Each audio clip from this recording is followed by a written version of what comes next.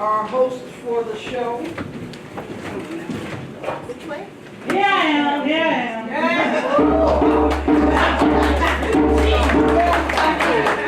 I wanted to keep her out here. Hello, is this mic working? Can y'all hear me? Yes. Can y'all hear me? Yes. I don't need this.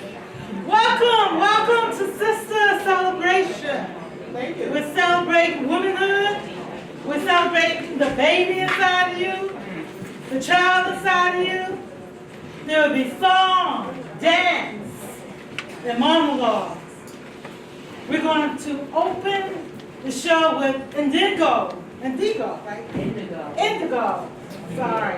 Okay, don't worry about it. Sorry, it's okay. You know, that's the baby inside of you. How to speak. So we're going to open the show with some drumming, which is healing, and it's the heartbeat of our souls.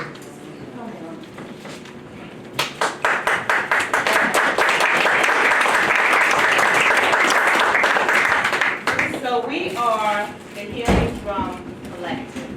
We are a group of women, drummers, and percussionists, and we perform. There are about at least 7 women who belong to the collective. One of the things that the collective does is that not only do we perform, but we also do healing drumming workshops for women who may have been traumatized or victimized. We also have classes where we teach women and girls of color the basic techniques needed to learn how to drum. Now, what we decided to do to open the program here, a lot of times we'll open with songs that will offer libations. So what we're going to do, since this is the theater, we're going to do the funga, and then I'm going to close with a poem. Now, funga is a welcoming song, so it's a call and response. So funga, I'm going to demonstrate, and I would like to have your participation. Yes? Yes. Okay, so the song goes, Funga Lafia, and I want you to say Ashe, Ashe. Okay, that's right. Funga Lafia, Ashe, Ashe. Funga Lafia, Ashe, Ashe. Funga Lafia, Ashe, Ashe. Ready? Y'all sound good?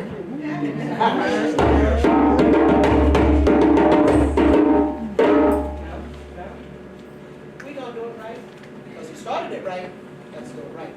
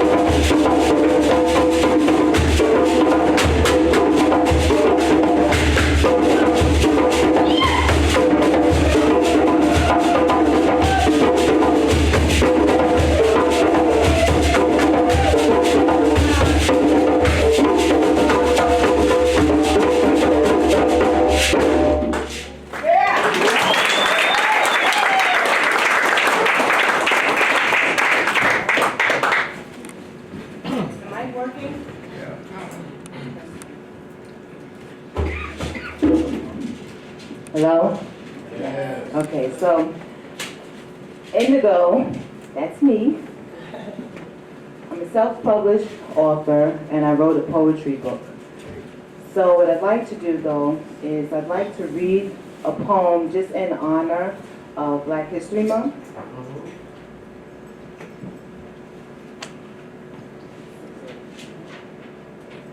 The title of this is a poem.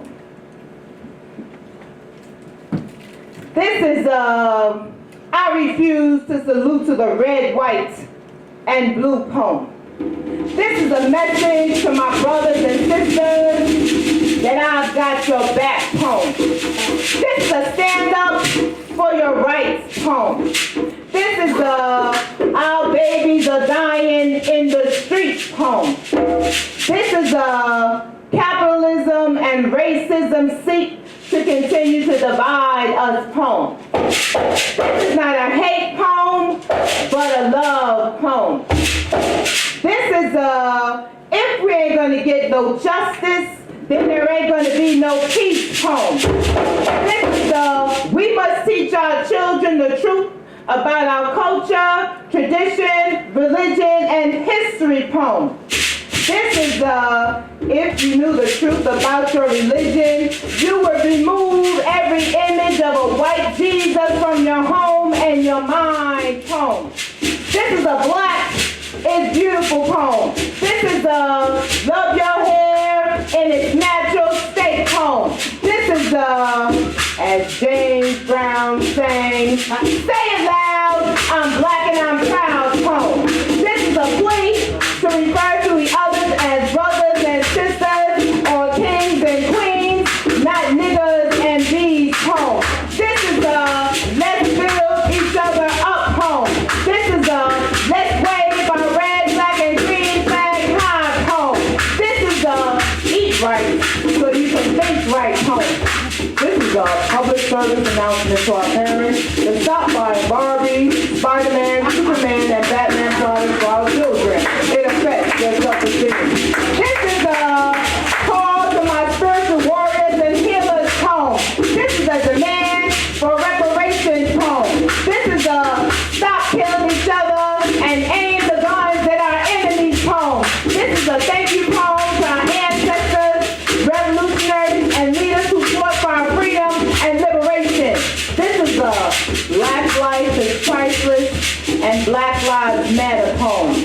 More importantly, this is I ain't scared, so let's get busy. Holla, if you hear me, word.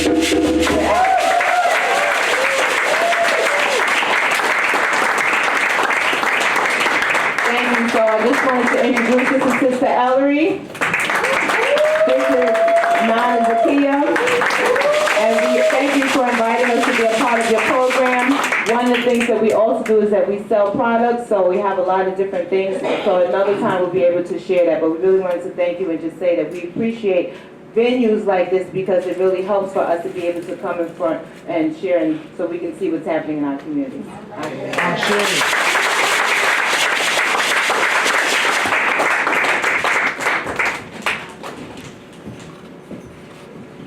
Okay, let's give it up one more time. My favorite part was, this is a Black is Beautiful poem. We got some issues with that in our culture, don't we? Ashe. But that's why we're having events like this. Sister Talk Celebration. Let me tell you just a little bit about myself. My name is Deetra Kelsey. My partner, my lover, my man, Zaki Z Starman, right over there. Spotlight. And we host the show. I host the show, Sister Talk TV show. And we celebrate Black women. Ashe. So we're going to go ahead and bring in the next performer, Velvet Toy. She's a motivational speaker. She has her own company, Third Eye Enterprise, which focuses on motivational speaking and self-development workshop. She's going to say a 5-minute monologue, When You Call My Name. Velvet Toy!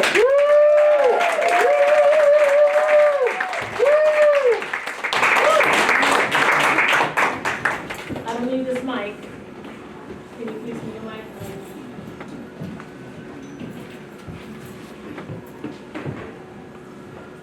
You seem to have a problem saying my name. You keep mispronouncing it. I know you don't mean any harm. You would do better if you knew better, right? Let me help you with that. The correct way. Excuse me. You don't say my name. Nigger, bitch, hoe, ugly, stupid, nobody, reject. And even though I'm fat, not even that. Your pronunciation is really bad. I don't know how you've gotten away with speaking like that for so long. The correct way to say my name is Creator. Yeah. Empress. Yeah. Goddess. Yeah. Queen. Yeah. Woman of substance. All right. Yeah. And you spell that W-O-R-T-H-Y. Wow. My name was given to me while drinking from my fountain, the River Nile. But when playing hide and go seek in the pyramids, while strolling and collecting gold pieces from marbles, and I would hear my name called out to me on those leisure days, while sitting at my throne with the lions at my feet.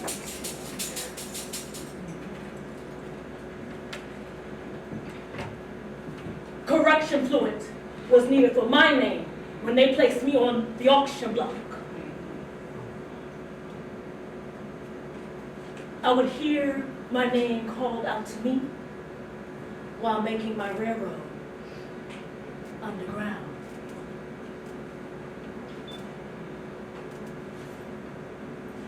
Now remember, they got the memo on my name when I sat in front of the bus. Right. Tell it. And my name is a daily reminder when I retire to the master bedroom of my house, the White House. Yes, I know my name. I own it.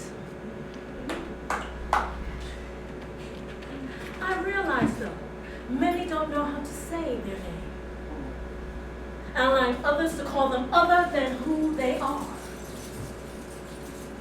But there has been times in my life where my tongue has been tied and my speech slurred, where I forgot and would answer to anyone's call. But my true self always reminds me of the correct pronunciation and spelling of my name. For knowing my name is knowing my essence. Your name is not lost. Listen. The chiefs, the sage, the tribemen, the ancestors are calling you. Your name is innately inherited. It's at the core of your DNA.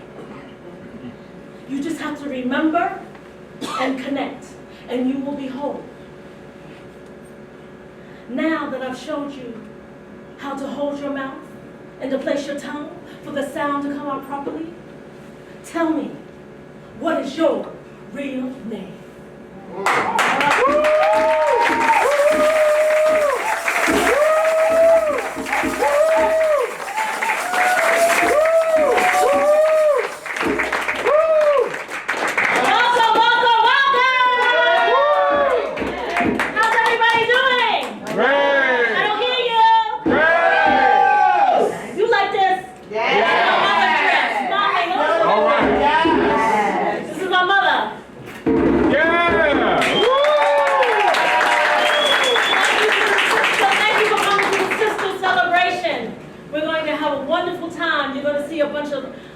Amazing, amazing artists. I will be back later.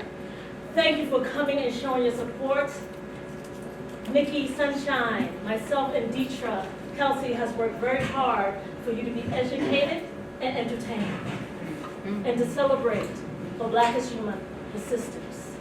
So I'm going to pass the mic back over because I'm not hosting today. I was not hosting today. That's what I'm used to seeing me. So, without further ado, Deetra, thank You go, Queen! Go, Queen! Give it up for Velvet.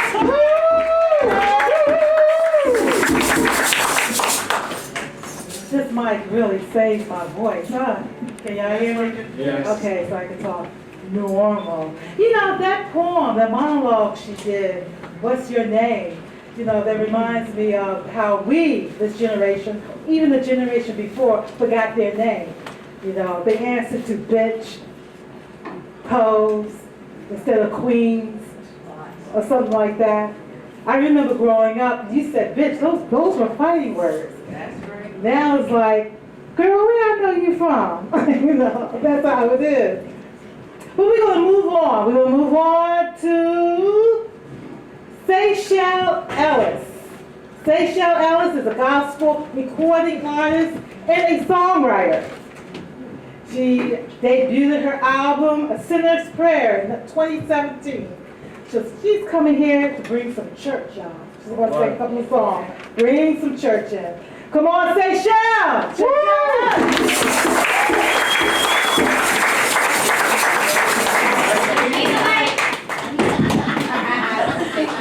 You know, I didn't take the mic last time. You know, You better sing. Thank you. How y'all doing? All right.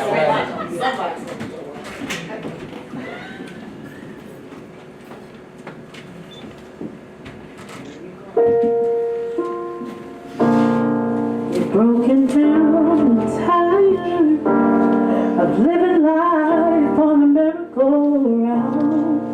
You can't find fire, but I see it in you, so we gon' walk it out and move mountains. We gon' walk it out and move mountains. And I'll rise like today.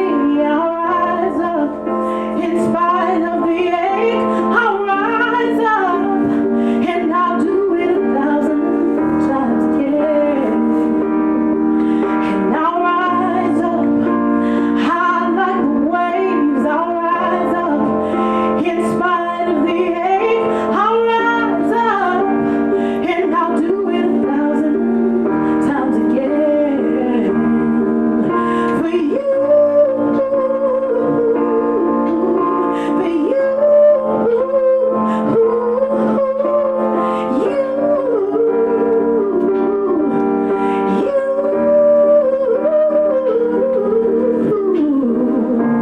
when the silence isn't quiet and it feels like it's getting hard to breathe, and I know you feel like dying, but I promise we'll take the world to its knees and move mountains. We'll bring it to its knees and move mountains. And we'll rise like the day. We'll rise up in spite of the ache. We'll rise up and we'll do it 1,000 times again. For you, for you,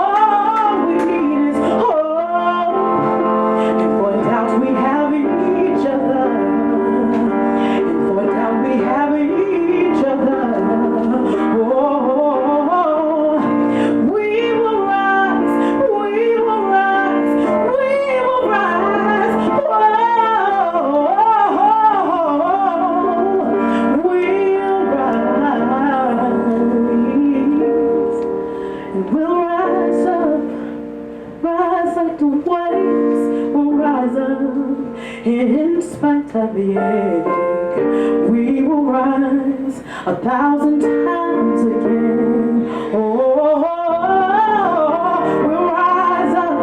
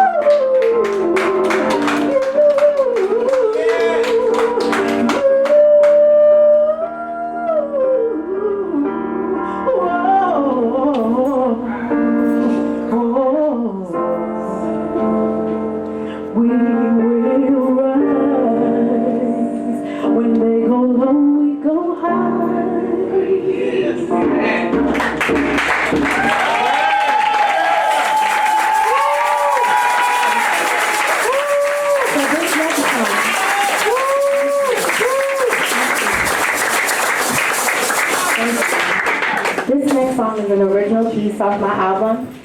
It's called You Won't Break Me Down. Now, I just want to take a minute to tell you that, we all been through a lot. Everybody got a story. And sometimes we get broken down by our friends, by our family, by our loved ones, by strangers. We're emotional creatures by nature. But we can't let it break us down because, we got God on our side. This battle that we fight, it ain't ours. Right? This ain't our fight. We ain't got to fight it alone, but we try to. I used to say I'm a victim of a suicide attempt, but I'm a warrior. I made it through. The Lord had me in for a reason, and He kept me. So I hope that you guys can rock out with me with this piece called You Won't Break Me Down. All right. Are we good? Hey. Turn it up a little bit. Yeah. I always been so weak and ashamed of the real me. Insecurity reigned and life was bittersweet. Master of the beat and God, I could not believe. But then I started to be empowered by His love, yeah. Not this time or another, you won't break me down. I am walking with Christ in me, His light so shines. Not this time or another, you won't break me down. You won't break, you won't break, you won't break, you will never ever break me. My storm is over now, I keep my head to the sky. From what I've overcome, I know He's always been by. Though I'm still humble, I know what God's got in store for me. Power in His name, give Him all the praise, honor, and glory. Not this time or another, you won't break me. I'm walking with Christ, yeah. Whoa, not this time or another, you won't break me down. You won't break, you won't break, you won't break, you will never ever break me. Hey, thus says the Lord to you now, do not fear or be dismayed because of this great multitude. Hey, listen, because the battle, this battle and that battle, it ain't yours, but God. I'm strong now. I have learned to love my life. I've learned to walk by faith and not by sight. I refuse to give in to what others say. Father, I pray in Your grace I must stay. Oh, hey. In my life, each time, you won't break me down. You won't break, you won't break, you won't break, you will never ever break me. You won't break me, you won't break me, you won't break, they won't break you, yeah. They won't break you, yeah. They won't break you, yeah. You won't break me, yeah. You won't break me, break me, break me,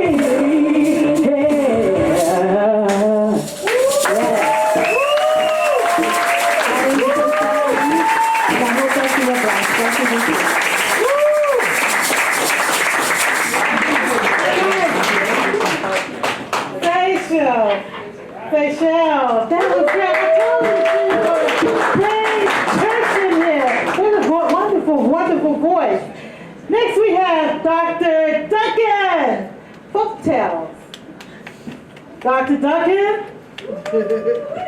Woo-wee! Yes, she's coming. Dr. Duncan is a folktale, and let me see. Yeah, she's a folktale, and she's going to talk about Oh, we know you. African. Yes, we do. You need a mic? Ashe, Ashe. In Ghana, West Africa, they start telling by having the person who is telling say ago. And you who are listening, you say money. Amen. So let's do a rehearse. Ashe. Ago. Oh, let's put some vinegar in it. Ago. Ago. I don't hear the pepper. Ago. Oh, great. There were 3 magicians. And they were traveling together, going cross country, until they came to a river. And each one did a magnificent thing. One had a string. He took it out of his pocket and he put it over one tree, and then he tied it to the second tree. And then without taking off his sandals or anything, he just very gingerly walked across the river. The second magician had with him a small bottle.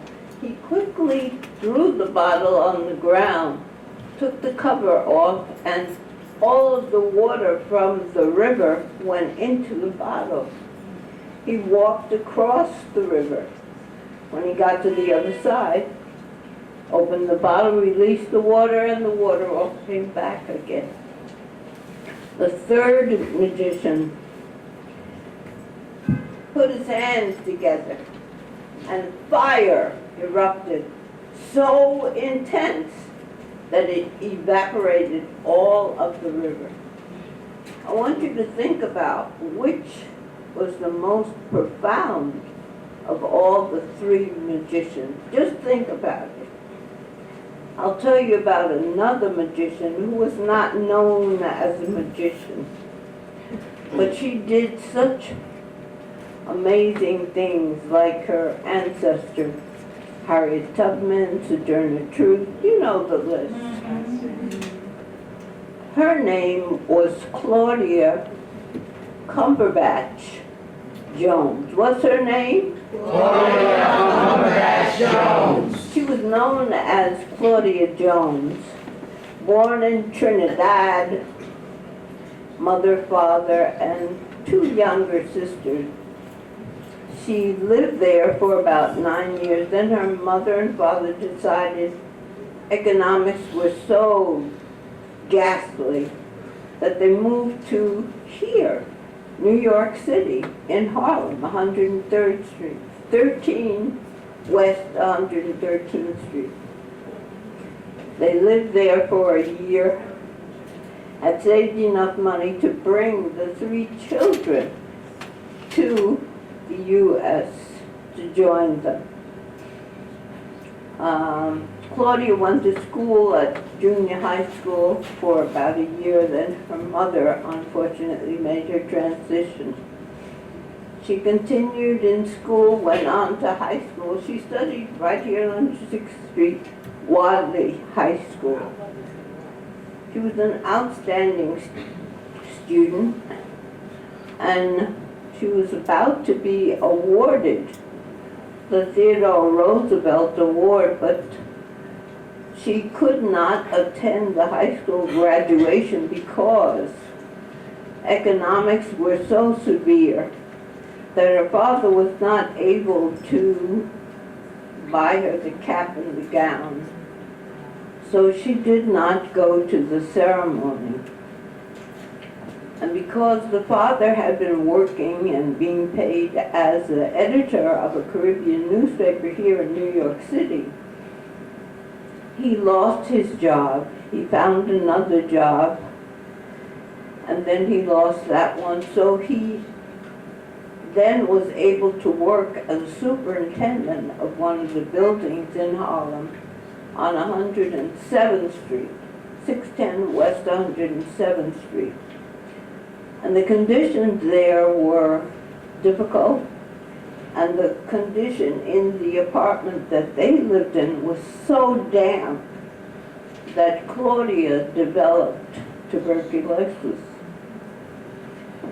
Now, with the tuberculosis, that left her with a weakened heart, and muscles within her body that were also weakened. But she was a trooper and a survivor, so she got better. And she continued to work. She worked in a, forgot what you call them, laundry.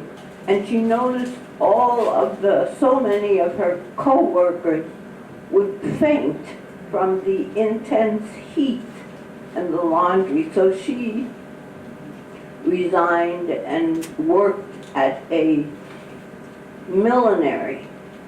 And she worked there for a number of years. And she noticed the conditions of people that she worked with was so horrible that she protested through writing. She was the editor of the women's newspaper in New York, and she joined the Communist Party because she thought they were doing something.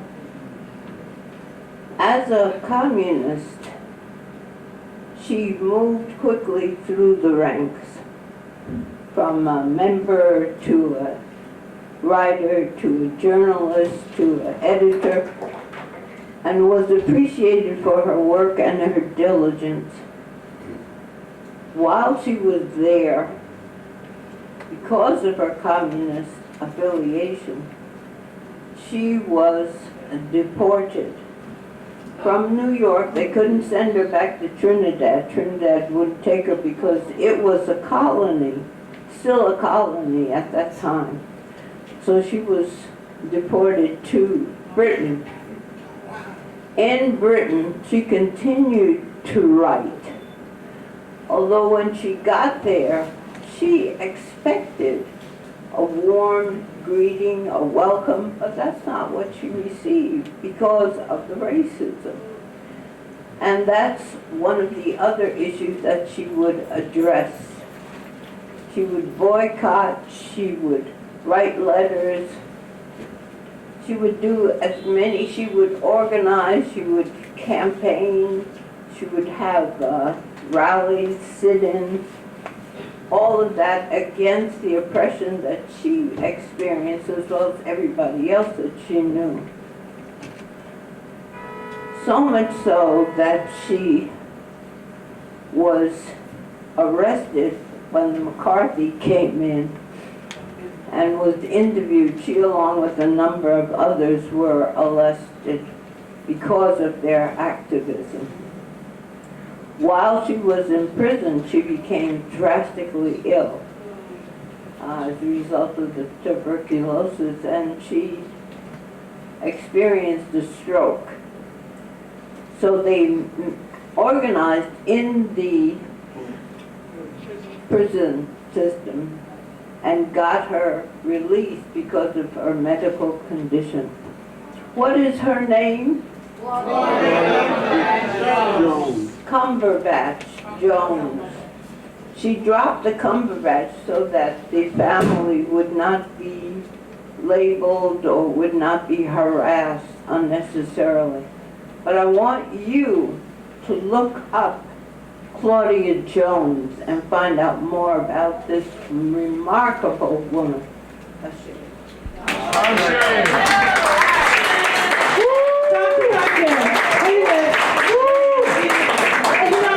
That's very interesting what you said. I want to ask you one question. First of all, I want to say your name is Dr. Joyce C. Duncan. Yes. You're a first-generation American-born. You're from Jamaica. Yes. And you lived in Sugar Hill. I'd love to interview you. Okay. But you hold a doctorate, an honorary doctorate in theology. Yes. Because of my activism, that's what was given to me. And you also are an international African folklorist. Yes.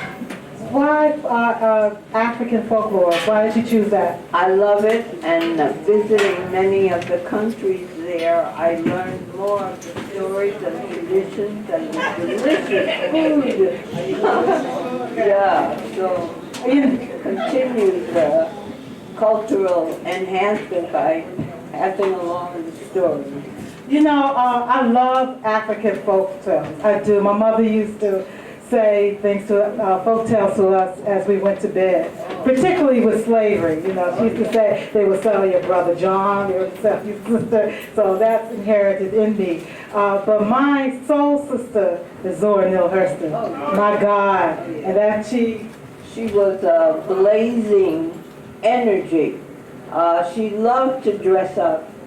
She loved to cook and always make sure that there was something in the pot so that Langston Hughes could come by and have a meal, or Thurman Johnson could come by and have a meal. Any number of her friends would come by, and she took care of herself as well as helped to support them.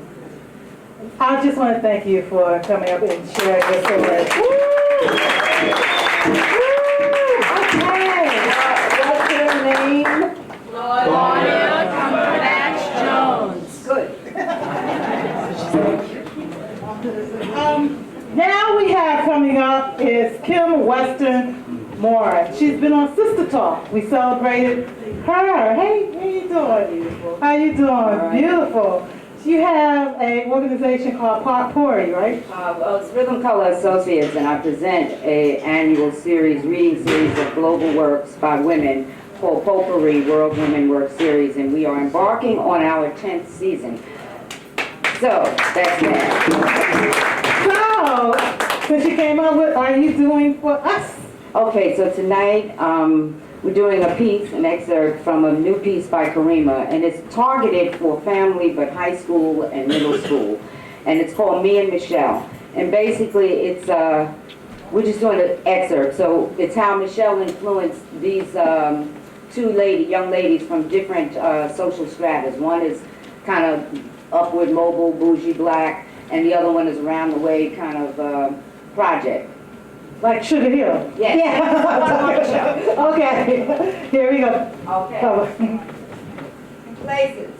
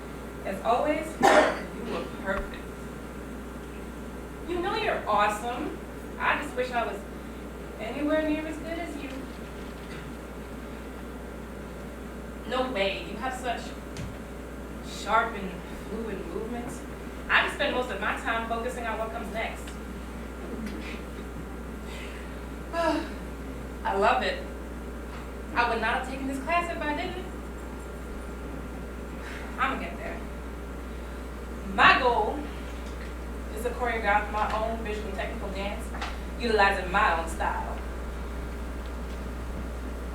You don't want to create? Well, I'll make sure you're the principal of my Twitter forums. Promise. That is unless you become fat and slovenly. Then I'll have to give your spot to Vivian. Well, she has more experience in being fat.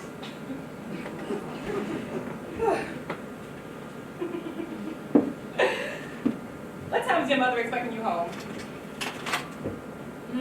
That gives us over an hour to kill. Want to go to the mall? I don't have much money either. We'll just look and make plans to purchase later. Oh, my father's picking us up today. If we're back before he gets here, we'll be okay, but if we're late, he'll kill me if he knew we were hanging out at the mall. If we get caught, we just come up with a story. Now hurry up and get changed. We don't have that much time. I got loyalty inside my DNA. Broken quarter piece, got war and peace inside my DNA. I got power, poison, pain, and joy inside my DNA. I got hustle, though ambition, flow inside my DNA. I was born like this, is born like this, immaculate conception. I transform like this, perform like this, wish out you a new weapon. I don't contemplate, I meditate, then off your fucking head. This that puts the kids to bed. This that I got realness, I just kill shit, cause it's in my DNA. Wow. My turn came around kind of quick. Okay. The reason why I joined this meetup for teens of single parents that I sometimes feel a lot of guilt. I mean, I know my mom loves me. She works her ass. Sorry. Can I say ass?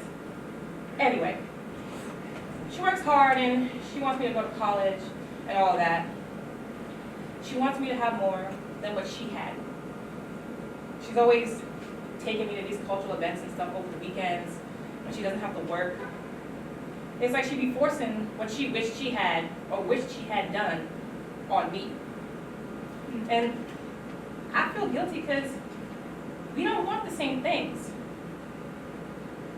She makes me feel guilty whenever I try to tell her that I'm not interested, that I don't want to go to college, at least not right now, that I just want to get a job and help out. I like what you said, that we shouldn't let the fact that 75% of black kids are being raised by single parents make us feel like we're beneath or less than anybody. And I don't. Mainly because almost everybody I know is being raised by a single parent. I just feel like if I don't follow a certain path, then I'll be letting my bombs or my race down. And I shouldn't have to feel this way as I decide what path I want. We aren't robots. Do we all have to go the same way? I don't want to feel this guilt. I just want to be free to be me. I guess that's all I gotta say. Next.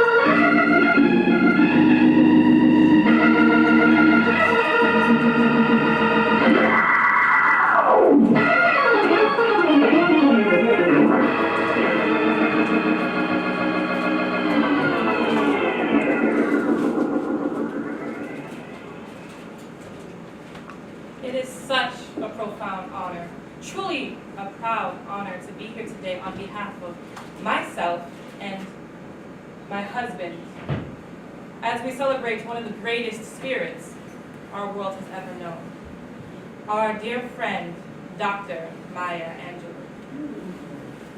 In the book of Psalms it reads, I praise you, for I am fearfully and wonderfully made. Wonderful are your works, my soul knows very well. My frame was not hidden from you when I was being made in secret, intricately woven in the depths of the earth. What a perfect description of Dr. Maya Angelou and the gift she gave to her family and all who loved her. She taught us that we are each wonderfully made, intricately woven, and put on this earth for a purpose far greater than we could ever imagine. When I think of Maya Angelou, I think of the affirming power of her words. The first time I read Phenomenal Woman, I was struck by how she celebrated Black women's beauty in a way that no one had ever dared to before. Our curves, our stride, our strength, our grace. Her words were clever and sassy. They were powerful and sexual and boastful. And in that one singular poem, Maya Angelou spoke to the essence of all Black women, but she also graced us with an anthem for all women, a call for us to embrace our God-given beauty. And oh, how desperately Black girls needed that message. As a young woman, I needed that message. As a child, my first doll was Malibu Barbie. That was the standard for perfection. That was what the world told me to aspire to. But then I discovered Maya Angelou, and her words lifted me right out of my own little head. Her message was very simple. She told us that our worth had nothing to do with what the world might say. Instead, she said, each of us comes from our Creator, trailing with wisps of glory. She reminded us that we must each find our own voice, decide our own value, and then announce it to the world with all the pride and joy that is our birthright as members of the human race.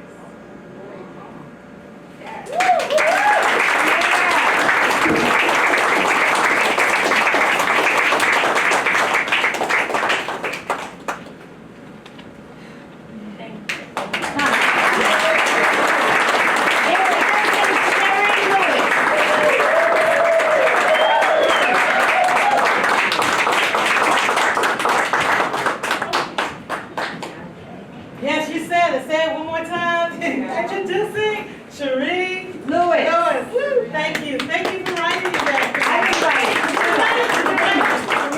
Karima. Yeah, I read it. Oh, Yeah. director. Well done. Well done. Thank you. Next, we have Brandy Hayward. She's an educator, a belly dancer. She created and founded Harlem Halffoot Dancers. And she's here to come out and belly dance with soul.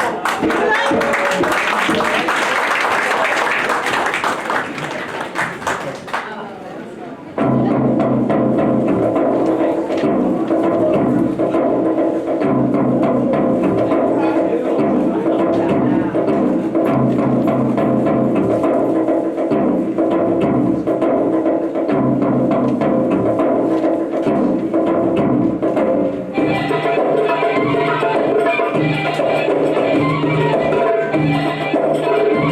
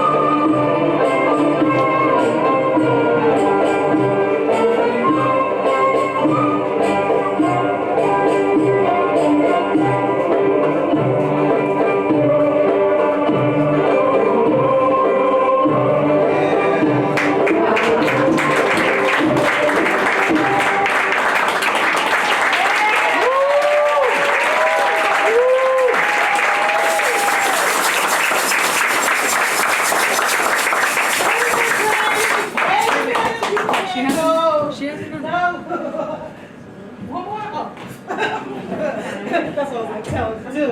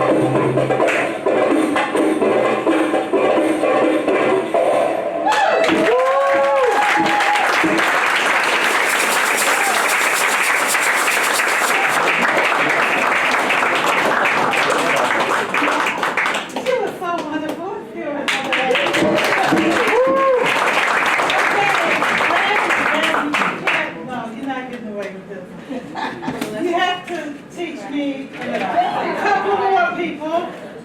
Indigo. Yes. One more person. One more person. Oh, it's this.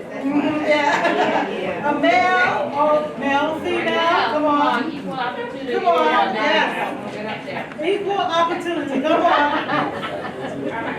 Well, they're setting up. They're setting up for the next show in the Color Museum. We are going to entertain. Don't tell me none of y'all men got some hips up in here. Really? All right. No, y'all got some unhappy women.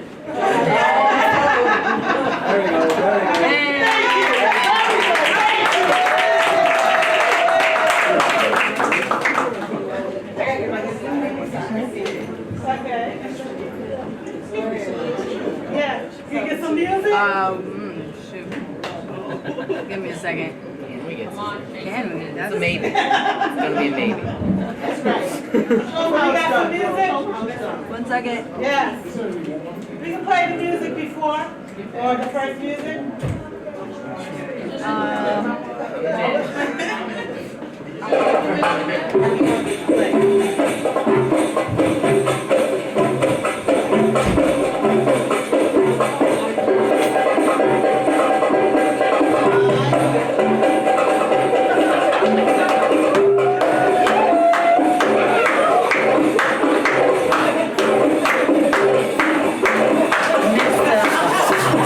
Yes,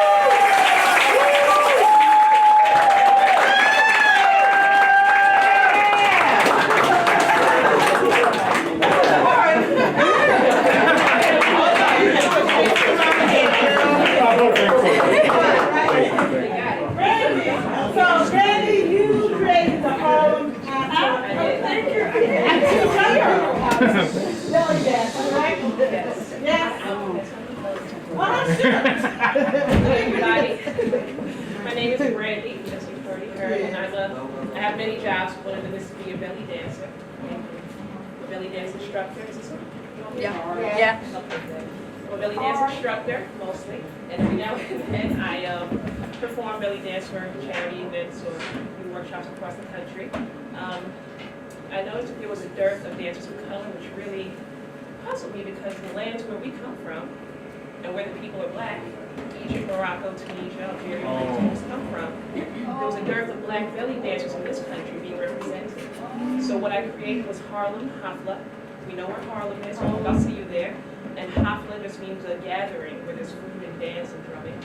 And Harlem Hafla Belly Dance with Soul has belly dancers of color. I would say 85% of us are black, and a couple of them are Latino. This year there will be one Caucasian lady. She was one of our volunteers, so we kind of, she was, we got 2 days of reparations out of her, so I let her on our stage. She was our volunteer. We worked on her for 2-3 days. So I said, you know, if you want to come back next year, we'll let you. But it's going to stay black and white. But she earned it. She really did. In any event, we're going to be at the National Black Theater in Harlem. We're going to have a black-owned place, a black neighborhood, black dancers for the most part, and doing black dance. So we hope that you'll come and join us. It's a really fun day. Professional black belly dancers are going to be teaching it today, workshops. The second workshop will be by a male, Yasser Darwish of Egypt. So the men can join in too. And he's a wonderful stick dancer. The 20th of July, thank you for that reminder. Just look us up. But Harlem Hafla, 20th of July, National Black Theater. And at night, there's going to be about 16 of us, belly dancers of color. And we would really love to see an audience who looks like you.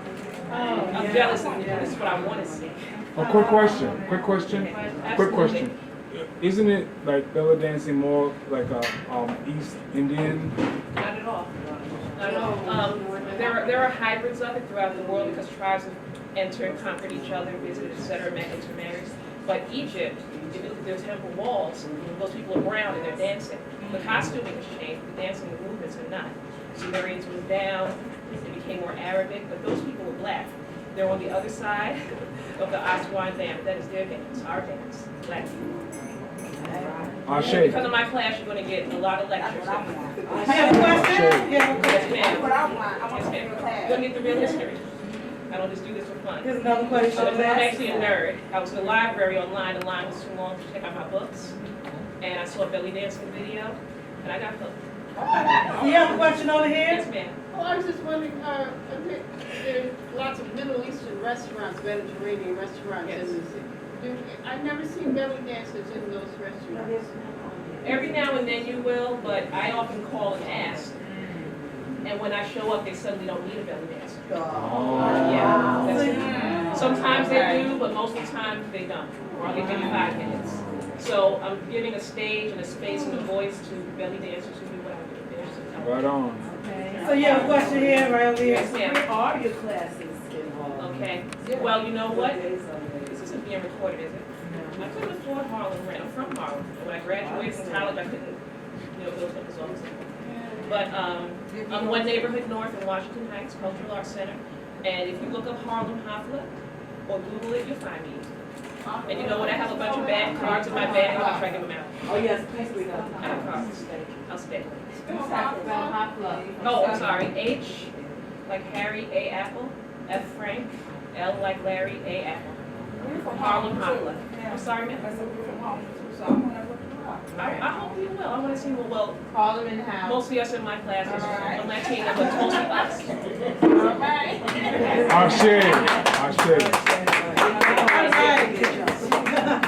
Great. So this is the way that Cleopatra movie should have been performed. Yes. So I should roll out of that road, right? Are we going to do that? Not Elizabeth Taylor. Like me. Oh, that road got to pick, right? You are so kind. So kind. Thank you. I'm going to roll out of this road, not Liz Taylor. I'm playing with y'all. But you'll love my class if they love y'all. Thank you so much.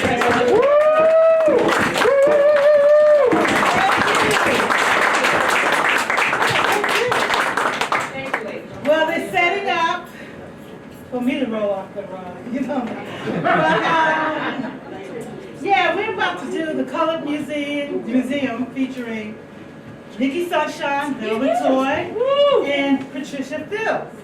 Now, Nikki And Velvet and I, we are co-producers of this wonderful Sister Celebration. And right now I'm having a lot of fun.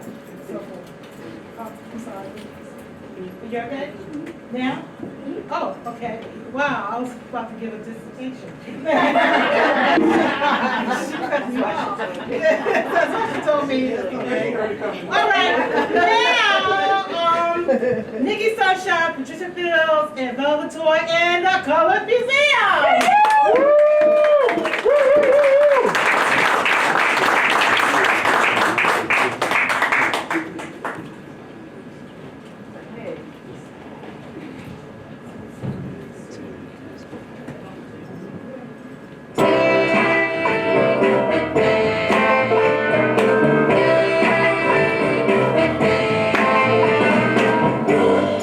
What you want, baby, I got it. What you need, you know I got it. All I'm asking is for a little respect when you come on in, baby, baby, just a little bit. Hello, just a little bit. This love, just a little bit. I ain't gonna do you wrong. Why you go? I ain't gonna do you wrong. 'Cause I don't know.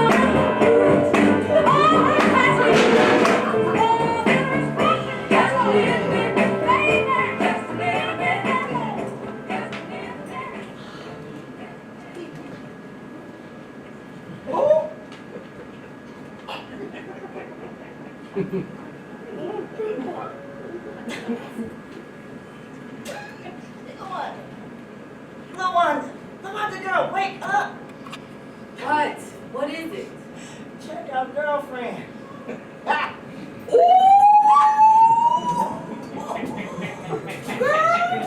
don't believe it. Look at that poor thing, trying to paint some life onto that face of hers. You think by now she realizes it's all about the hair. It's all about the hair. What hair? She ain't got no hair. She done dyed, fried, and dechemicalized her shit to death. And all that's left is that butt-naked scalp of hers sitting up there apologizing for being odd-shaped and ugly. Girl, stop. I ain't saying nothing but the truth. That heifer is bald. And all over a man. Girl, I just don't understand it. I mean, look at her. She got a right nice face. She got a good head on her shoulders, a good job even. And she gotta go fall in love with that fool. That political quick change artist. Every time that nigga went and changed his ideology, she went and changed her head of 50 occasions. Well, at least she's breaking up with him. I don't know. Yes, girl. Girl, teach me the time. Well, I overheard her on the phone the other day talking to her girlfriend, and she's meeting him today for lunch to give him the axe. Well, it's about time. But don't you worry about a thing, girlfriend. I'm gonna tell you all about it. I ain't got to worry about a damn thing, because I'm going to be right there, front row and center. You? Yes, child. She's wearing me to lunch. I don't think so. What you mean? I don't think so. Just like I said, Janine, damn. How's she gonna wear both of them? She ain't wearing both of us. She's wearing me. Says who? Says me. Says her. Ain't that right, girlfriend? I said, ain't that right, girlfriend? Hello? Hello? Did you hear that damn phone ring? Hang up the damn phone.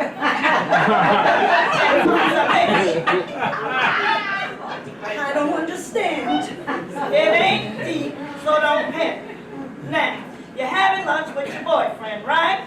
I think I'm having a nervous breakdown. I said you having lunch with your boyfriend, right? Yes, right. To break up with him? How did you know that? I told her.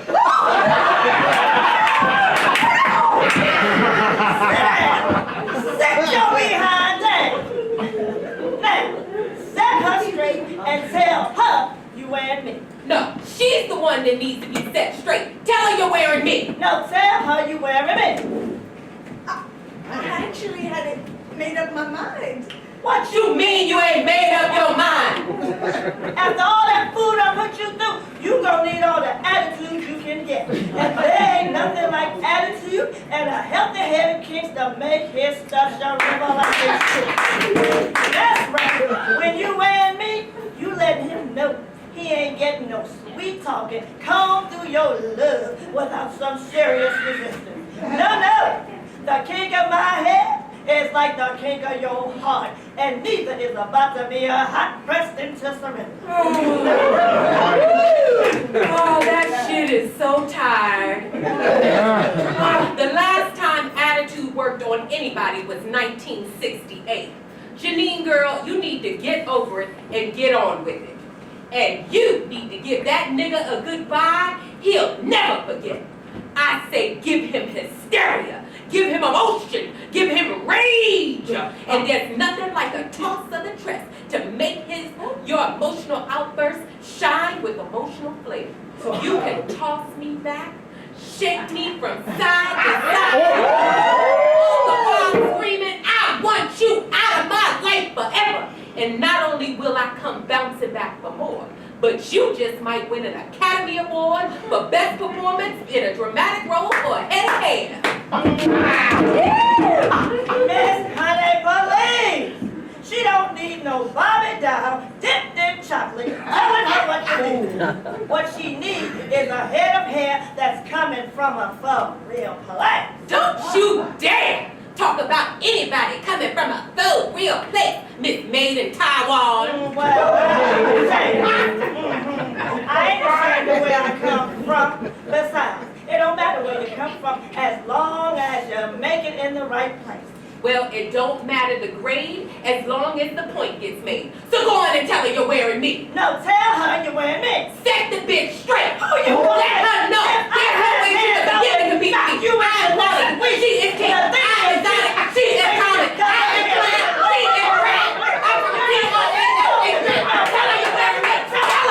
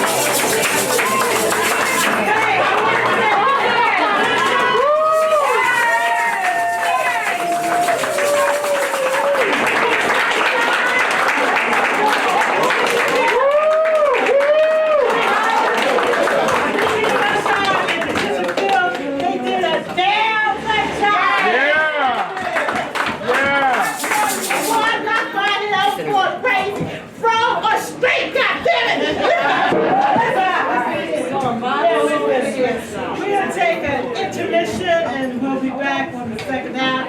And you all will see me at the end of the show. All right? Everybody clap it up for the set cut. Who's drunk in here? Who's drunk in here? Who's drunk in here? Who's drunk in here? I've been drunk since 3 p.m. Anybody else? Oh my God.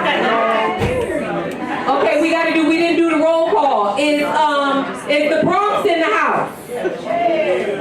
That is the weakest Bronx representation. Baby, you're supposed to represent the boogie down. I'm gonna give you another chance. Is the Bronx in the house? Okay, 2 people represented. Where's Jersey at? 1 person had money for the toll. That was it. What about Brooklyn? Brooklyn always represented. What about Uptown, Manhattan? Hey girl.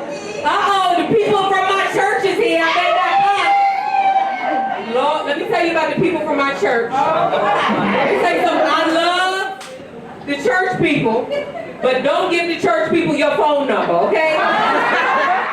They will text you day and night and every day, all types. They texting me every day, and then they calling my phone every night almost. 11 o'clock at night, I'm getting phone calls. Nikki, this is Sister Herman. We need you to help out with the bake sale on Sunday. I'm like, look, Sister Herman, it's a Tuesday night at 11 o'clock. My boyfriend is about to pour syrup in my butt crack, Sister Herman. I'm about to use his face as a slip and slide, Sister Herman. I'm gonna need you not to call my phone.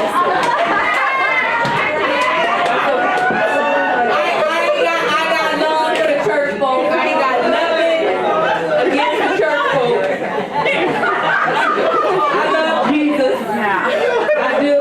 I pray about everything. I really do. I was just walking on 2nd Avenue and I was praying before I walked into the store, and I was like, Jesus, please let this Hennessy be on sale, Jesus. Please let this pregnancy test come back negative. I see we got some side conversations going on. What y'all talking about? Anybody need some money? It's a sister celebration. I need to borrow money. What you got? It looks like people got some clapping here if you got a real job.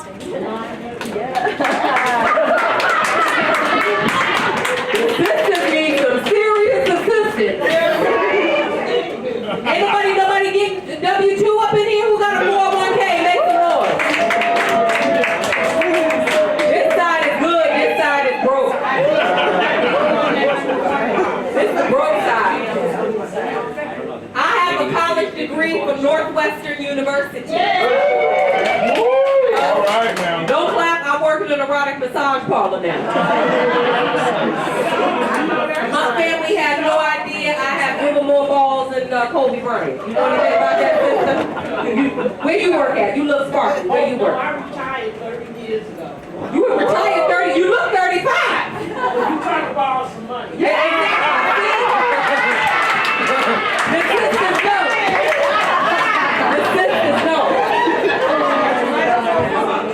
Okay, so listen, I'm Nikki Sunshine. I'm so happy that you decided to join us for our sister celebration. I have been a member of WOW since about May of last year, and this is a wonderful, wonderful place. The energy, the love, the support, it's overwhelming. The beautiful people in this place have helped me produce my show. I have been doing my one-woman show here. I am doing another show tomorrow at 3 p.m. So if you can come out and support me, tell a friend, because the sister needs some money. So I can do comedy, I can stand up here and do comedy, but we have so much more show. I am very excited for you. Did y'all enjoy the first half of the show? So we're going to pop things off with a beautiful black sister. And she is the founder and creative director of an organization called Brown Girls Burlesque. Anybody heard of it? You like sexy brown girls? You got to see something. The Brown Girls Burlesque, they're going to be performing next Saturday at the Brooklyn Museum. Go to browngirlsburlesque.com and I bring you a beautiful black brown sister. Put your hands together for Queen Chicago!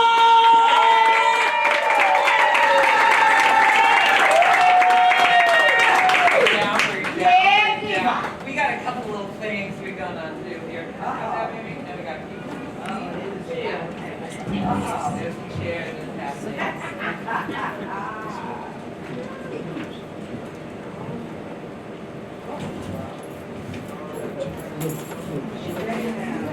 Let me sit this ass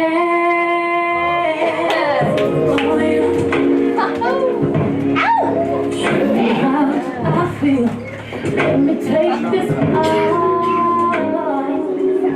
You watch me. Yes, mass appeal. Don't take your eyes. And take your eyes off it.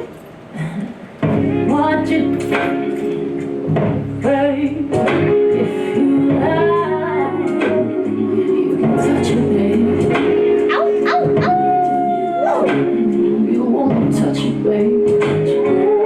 Grab a hold, don't let go. Let me know that you're ready. I just wanna show you now, slow it down, go fast.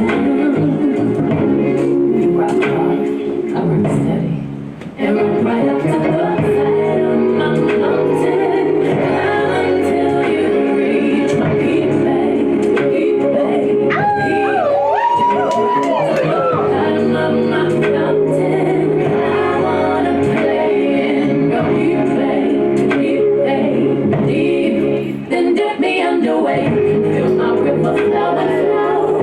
Hold me till I scream, gotta breathe. And watch me flow up until my well runs dry. Send all over me, baby, me. Rock it till waterfalls. Rock it till waterfalls. Rock it till waterfalls. Baby,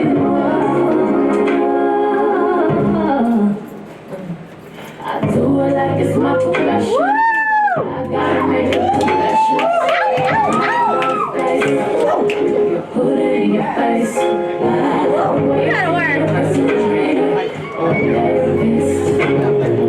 I can be a piece of sunshine, inner peace, entertainer. Anything else that you may read between the lines.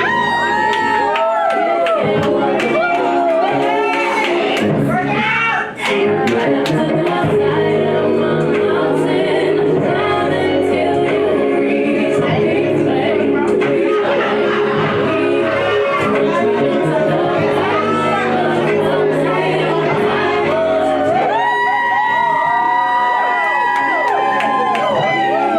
Then dip me underway. Hold me till I scream and breathe.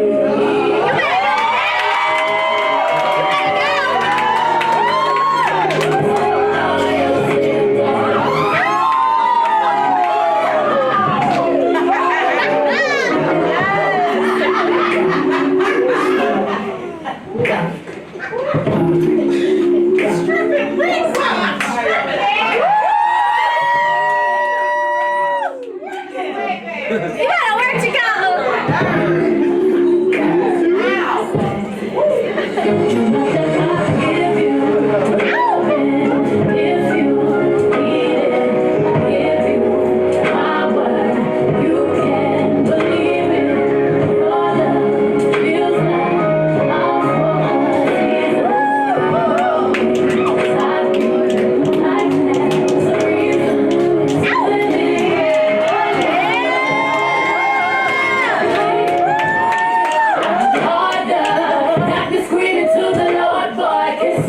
Pray we don't overflow. Baby, I know you can feel it flow. You've been the peak of my waterfall. Yeah, baby, baby,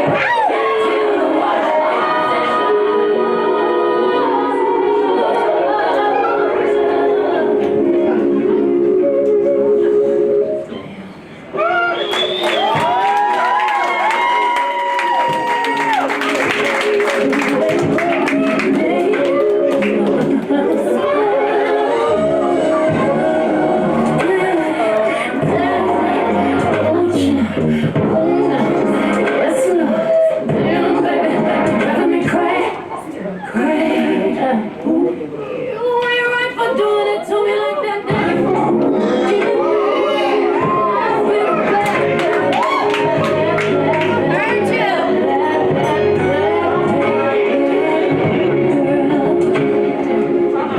Tell me what you gonna do about that.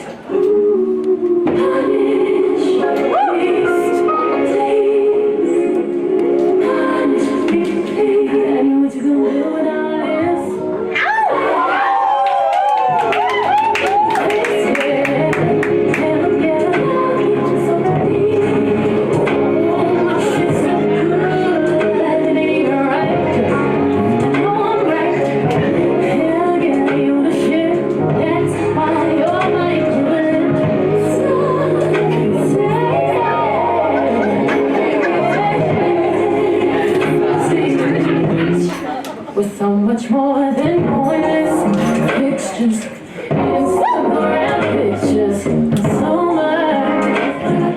What about that? What about that? You take it home.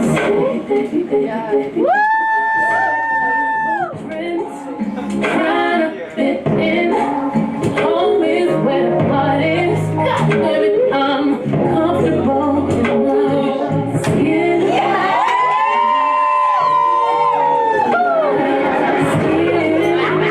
You better work.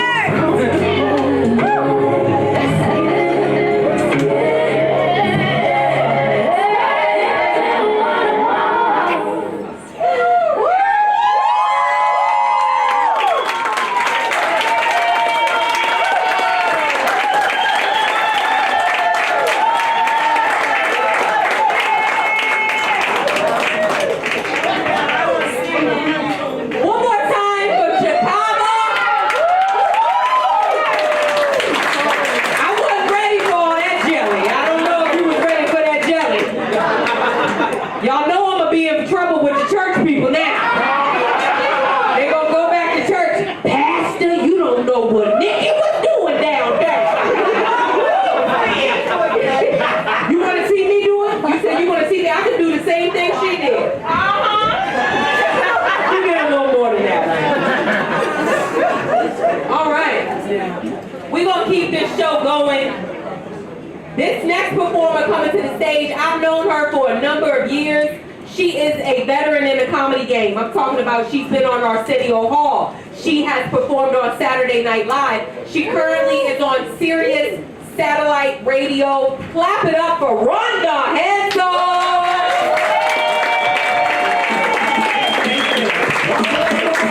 Thank you for that applause. Oh my God, I love that sound of applause. It makes me feel all dark and lovely. When I told my mother I wanted to go into comedy, she said, Rhonda, you should go into comedy because you come from a long line of fools. I gotta tell you, I'm a white watcher. I love watching white people, especially when they act like they think they've always been white. Stay with me now. Black History Month is the right time to say that race is a false socio-political construct that America clings to like a lover. Decades after 1798, the Irish was still considered subhuman and only fit for servitude. Yes. The fear was that the Irish would ruin America with their crime, their poverty, and inbreeding with white women. Yes. Historically, Italian immigrants were stereotyped as sneaky, lazy, and prone to crime and violence. I love seeing people of Italian descent act like they don't know that they were still being lynched in America into the 1900s. Oh yeah, am I lying? No. Okay. Yes, sneakers. Sneakers and a ball in any nearby park could really save a city kid. Not just exercise, but possibly a scholarship and the way out of the ghetto. Yes, for Jewish players. That's it. Yes. Yes, they were the players up through the first half of the 20th century. Yeah, we didn't even come into the NBA till the 1950s. All right. Italians, Irish, and Jews have only been white for 75 years. Tell us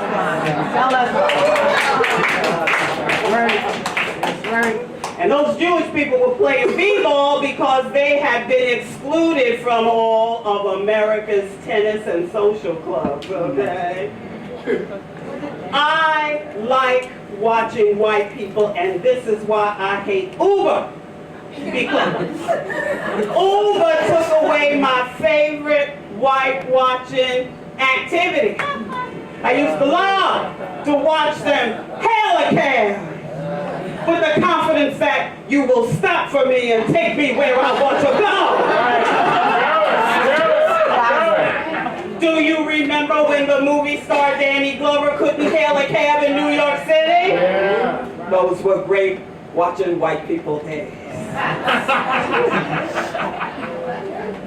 Every year like clockwork, I love watching white people sunburn. The only thing better is watching them dance. When they make those moves, I'm fascinated.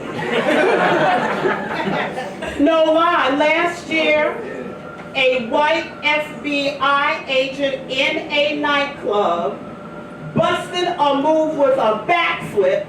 His gun fell out of his waistband and shot a near bystander. When white folks dance, people get hurt.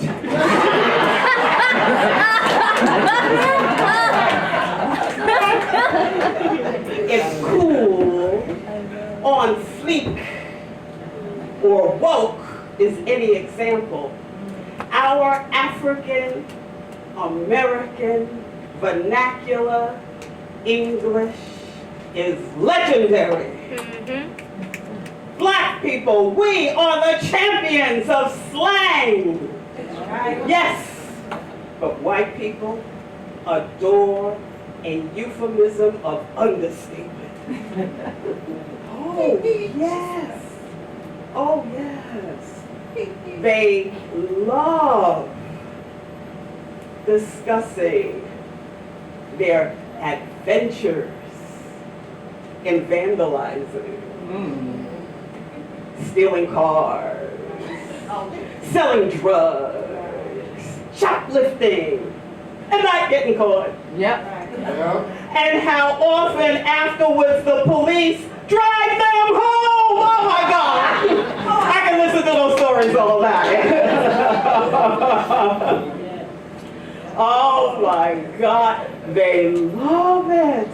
They love the privilege. The privileges. Youthful indiscretions. Yes. Have you heard that one? Youthful Yes. indiscretions? That is white speak for committing crimes into your 40s.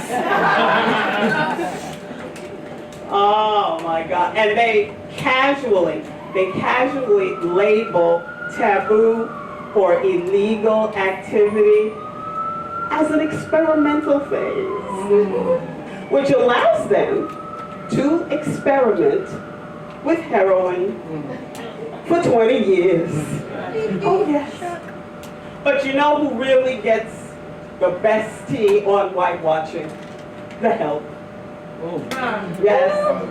And if you talk to Nanny Attila Honeycutt, she will just give you too much information. Caitlin, Seth, Joanna, you come with Nanny Attila call you or I will braid you up tight, tight, tight. These children that have no home training. Yes, their parents raised them all by Dr. Spock. Dr. Spock is dead. You know what killed him? These unruly children. I raised the children by Mr. Spock. Mr. Spock, no crying, no emotion, and if you behave yourself, you can have a little fun every 7 years. Caitlin said, Joanna, you turn off that video and come here now or I will cornrow you. I made these children watch the video from the New York Marathon every single day because all kind of people running that race, black, white, red, yellow. And you know how the man from my country won that race? He beat the whites. He beat the whites. He beat the whites. He run fast, fast, fast. Caitlin said, Joanna, you come now, or you will be late for Mary Margaret Catherine's bat mitzvah. You know, in my country, I had to wash my clothes down by the river. I would put the color clothes in the water to soak, go find a rock, and then I beat the whites. I beat the whites. I beat the whites. My clothes come clean, clean, clean. Caitlin said, Joanna, you come get your breakfast now. I have to make these children breakfast. You know how to make an omelet? Some people, they cook with spices. I cook with political overtones. You seize the egg like the oppressor sees the natural resources of my country. And then you break the egg like the capitalists break the union. Wow, so right. And then you put that beautiful yellow yolk aside. And then you pick a white. You pick a white. You pick a white. I love a good omelet. Happy Black History Month.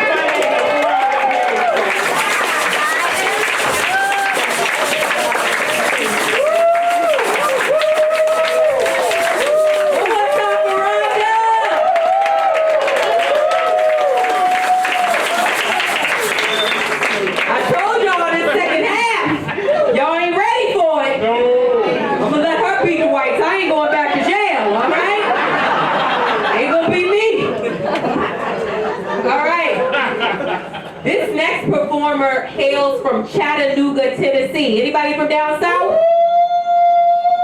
You represent Tennessee. How you represent again? Okay, that's how they do it down in Tennessee. All right. You're gonna love this performer. She's performed at the Apollo twice. She performs under the subways. I don't know if you've heard it. They have something called Music Under New York. Yeah. And she performs in the subway 3 times a week.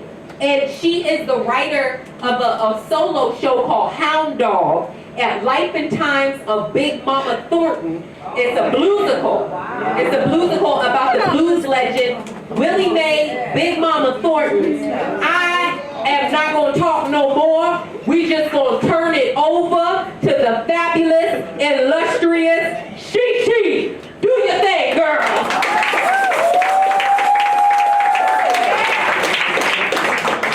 Well, how the hell y'all doing? Seem like y'all doing all right in the damn juke joint. Well, I just come to tell y'all a story about me. You see, in 1951, the break I had finally been waiting finally happened. You see, this cat named Don Roby, now he was a damn giant in the blues music business. Even started his own record company called Peacock Records. Y'all know that shit? Some of y'all do. Some of y'all a little uppity and shit. That's all right, I'm here to teach you. Well, you know what? That shit sound good. Had me sign and record on his label. I was like, oh yeah, baby. Here come the damn money.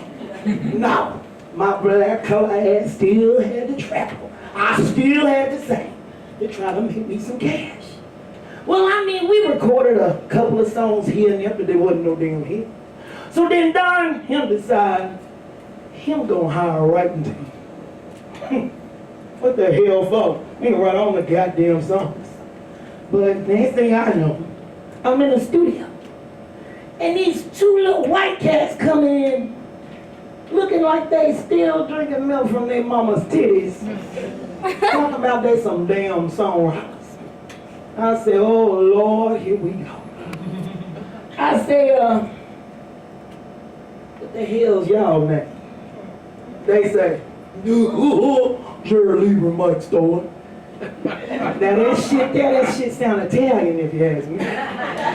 I say, what the hell y'all know about the blues? They say, oh, we know a lot about the blues, Big Mom. We got a song you gonna love. Little white cats gave me some damn lyrics on the back of a paper sack. Y'all hear me, on the back of a damn paper sack. What the hell am I supposed to do with that shit? Well, y'all know me. I am my own sound, my holler, and I say, hit it, man.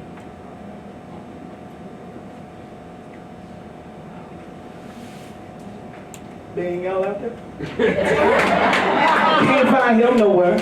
That damn Ben, I'll be trying to tell him gonna be drinking too much and shit. Probably went out for a damn smoke. That goddamn Leroy, I'll fire his ass when this shit is over. Shit. You ain't nothing but a home daughter. You're stupid around my door. You ain't nothing but a home daughter. You've been stupid around my door. Well, you can wag your tail. Oh, but I ain't beating you no more. You told me you was high class. Well, I can see through Vegas.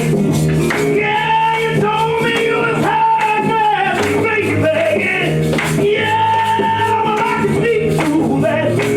Oh, and baby, I know, honey, you ain't no cool cat. 'Cause you ain't got not a hound dog. You've been snooping around my door. Yeah, baby, you a hound dog. You've been snooping around my door. Well, you can wag your tail. Oh, but I ain't feeling you no more. 'Cause you ain't nothing but a hound dog.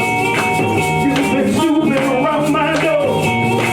You ain't nothing but a hound dog. You've been snooping around my door. Yeah, you can wag your tail. Oh, but I ain't feeling you no more. You made me feel so blue, baby. You made me weep and moan. Oh, baby, make me feel so blue, baby. You made me weep and moan. And baby, I know, honey, you're just looking for a home. 'Cause you ain't nothing but a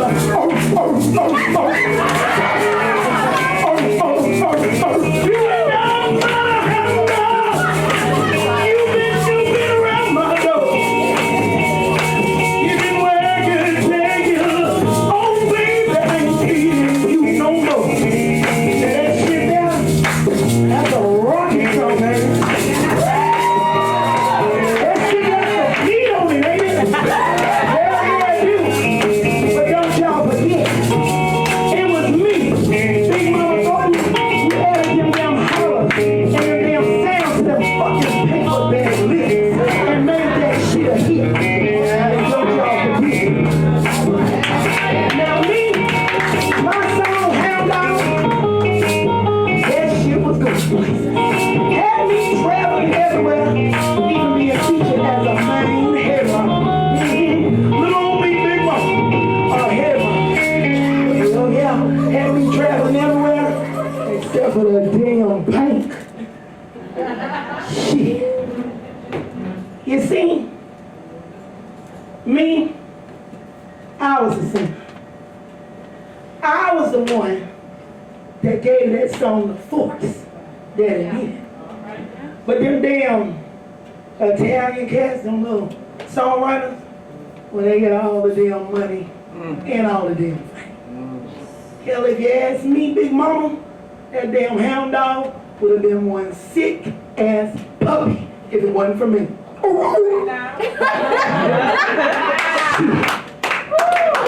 $500. Y'all hear me? $500 all they damn pay me.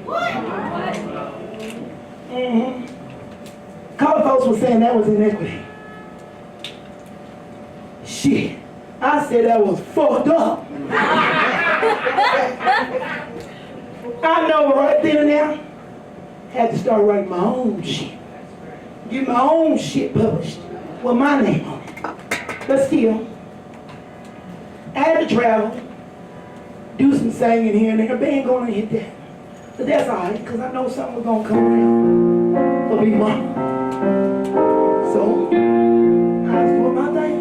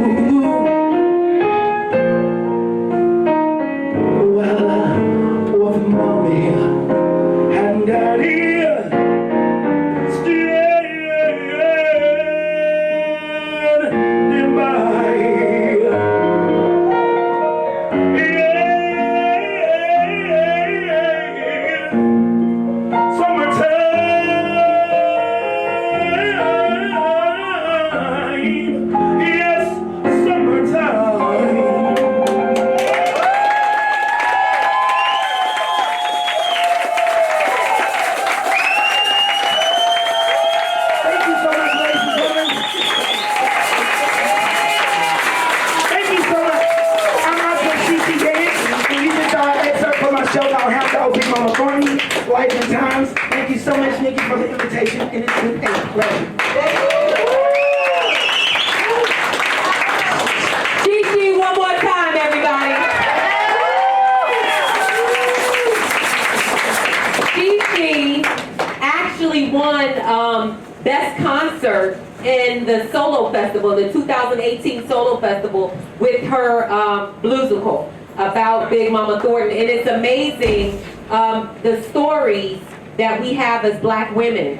But whatever adversity, economic hardship, and just the wrongdoing, we still overcome and we are resilient. And that's what we're celebrating tonight at the Sister Celebration.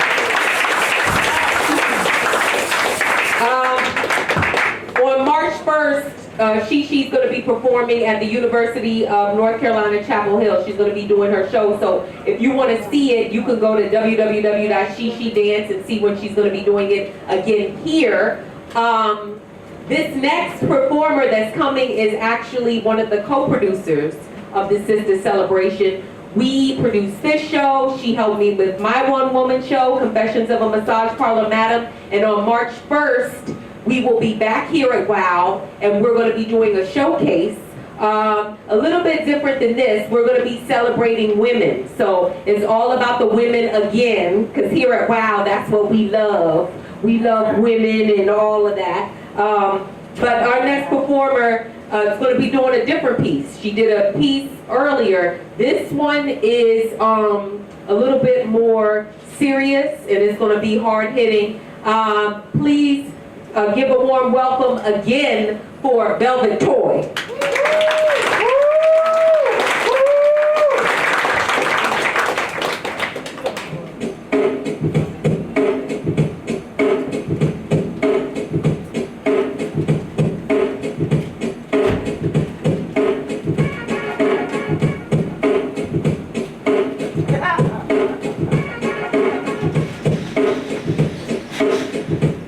I need a gangster bitch. A gangster bitch. I want a gangster bitch. Yo. A gangster bitch. I want a gangster bitch. With my gangster bitch. I want a gangster bitch. I need a gangster bitch. I need a gangster bitch. A gangster bitch. I want a gangster bitch. Yo. A gangster bitch. I want a gangster bitch. With my gangster bitch. I need a gangster bitch. I want a gangster bitch. I need a gangster bitch. She don't sleep and she don't play. Sticking up girls from around the fucking way. Strapped but lovable, hateful but huggable. Always in trouble but definitely fuckable. See her now, booms and pounds, she's my friend. Talking on a blunt, sipping on a Heineken. She's got your up a firearm to match mine. Going to the movies, packing his and her guys wearing cars. Oh my God!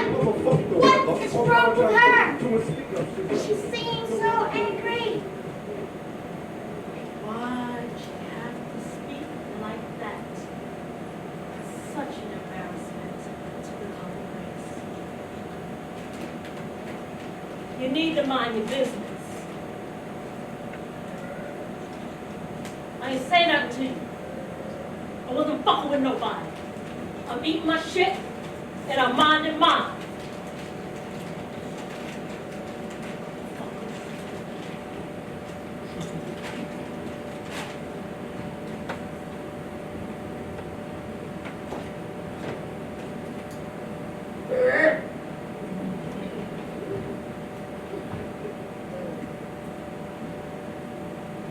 I know what you're thinking. You're thinking her fat ass don't need to be eating nothing, right?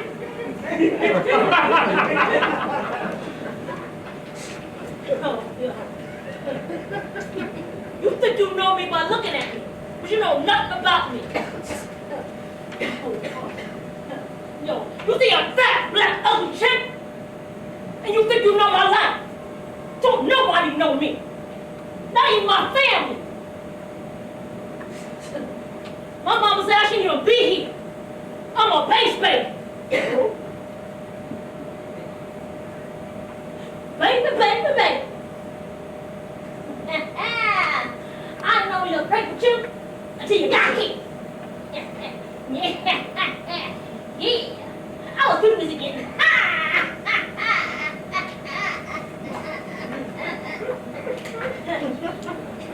Shit, a baby.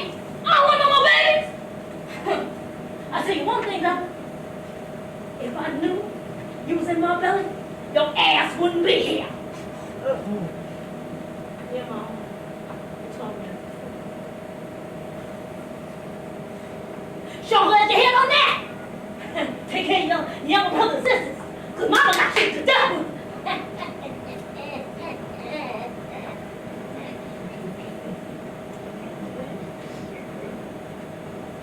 Now, all I'm good for is being a babysitter and a mama to my younger brothers and sisters. I ain't got nobody. She stayed in the streets.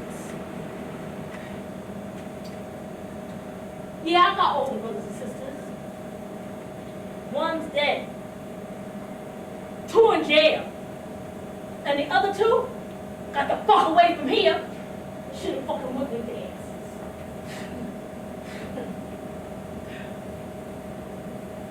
Stop looking at me like that. I know I'm stupid. My teacher thought so. A D again, young lady? C's, D's are all you ever get. What is wrong with you? Maybe you need to be in a class with the slow children.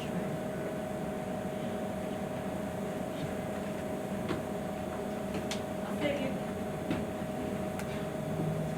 I keep going to school. I had to be there for my younger brothers and sisters anyway. What you shaking your head for? Fuck is it? No. Bullshit. Damn. My daddy?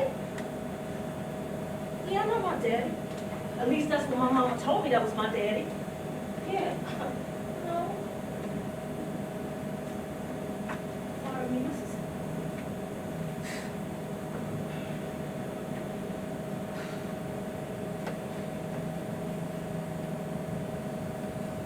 Used to play with me. Tell me I was this pretty little girl. Take me a ride in his car. Buy me ice cream, candy. Made me feel like I was somebody. My daddy even told me I was smart.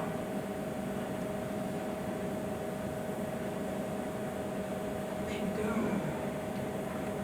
Sweet little baby girl. You wanna go for a ride in Daddy's car and get some ice cream? Yes, Daddy! Use my small, pretty baby. You're a good girl, too. Do you love your daddy?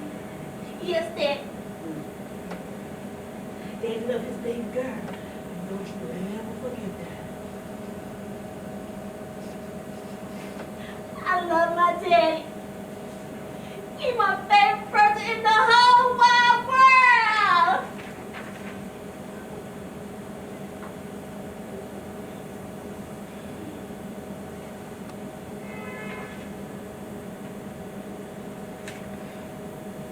Started getting confused though. When my dad would wake me up at night to play. He told me he wanted to show me the game show and tell.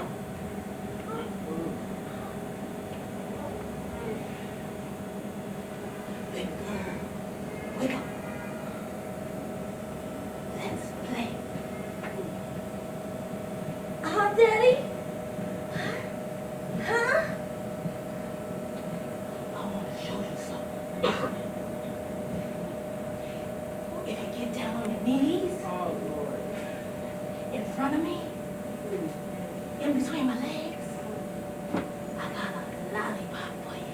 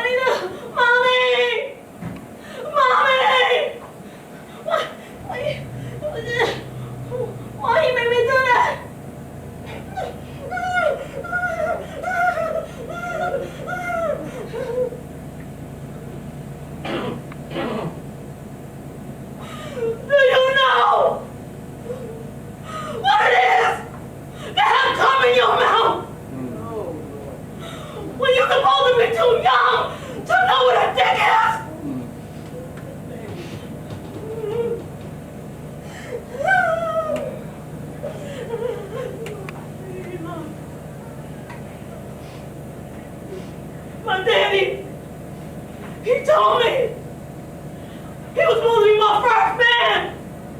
And he was! From age 7 to 15!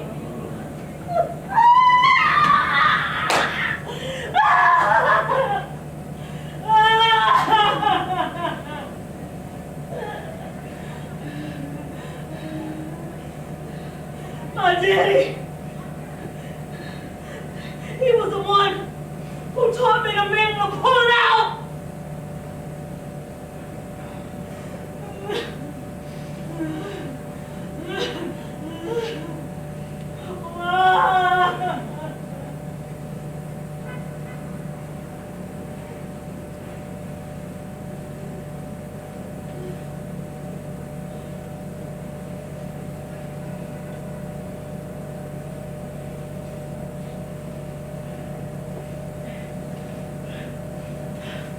Nah, I don't miss him. Fucking bastard. Fucking miss him. Fucker. Nah, I don't even know I told you that shit anyway. I'm good.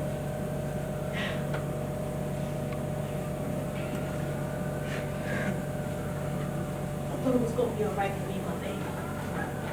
Yeah. I was scared. But my baby was mine. And I knew my baby was gonna love me, and for the right reasons.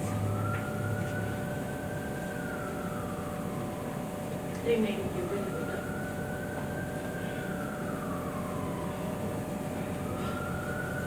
Because I wouldn't tell him the boy's name. It felt good though. Fantasizing about being loved by somebody else. You know what? It's best I never met my baby. You know what? Because my baby daddy was my fucking daddy! I'm not fat because of food! I'm fat because of pain!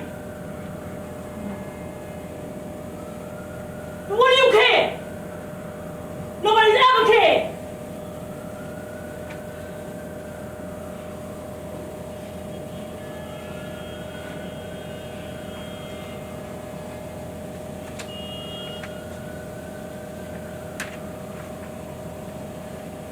My brothers and sisters, they ain't sisters. My mom was dead.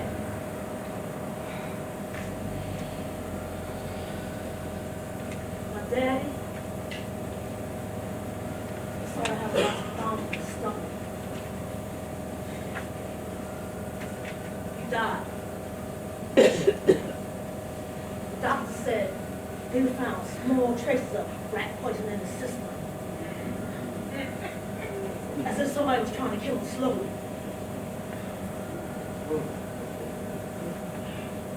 And they asked me if I thought anybody wanted him dead.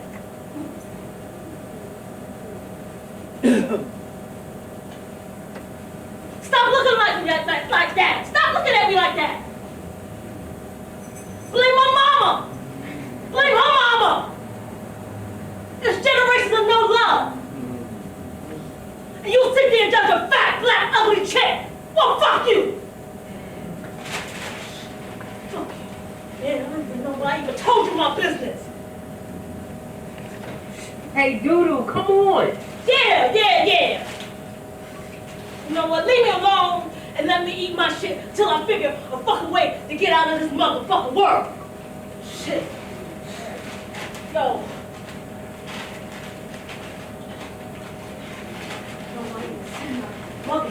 Mugging today. No, this motherfucker like to see these motherfuckers. Some gentrification bullshit. What the fuck is this? This is my motherfucking hood. I know where you motherfuckers at. Get the fuck out of here. You know what? But you know what? Maybe one day you find a way to stop judging and stop loving people like me.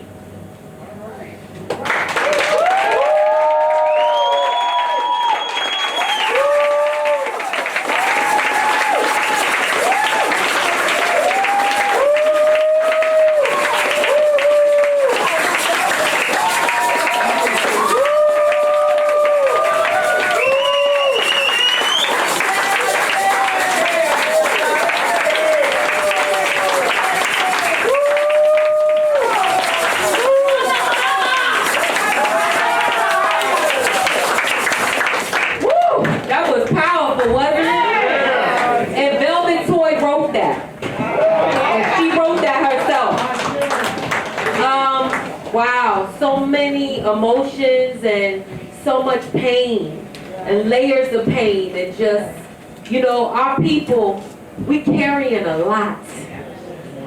On the trains, you see us, I mean, it's a lot that we are carrying as a people, and we may not have the money that other people have. I always say this to my friends and my family.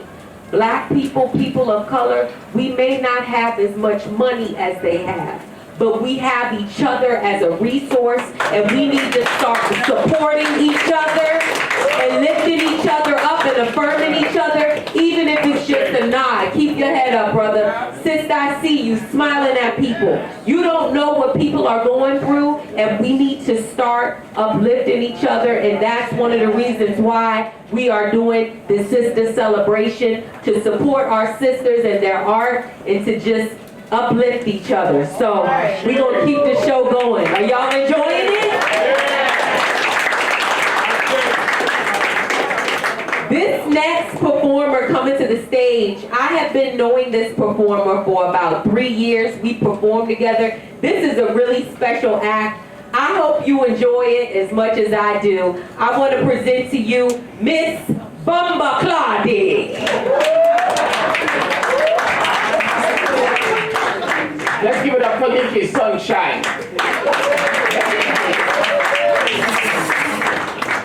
Hello folks, I'm Miss Bumba Claudia. I'm a life coach and motivational speaker, and I want to share something with all of you, okay? You have to love each other.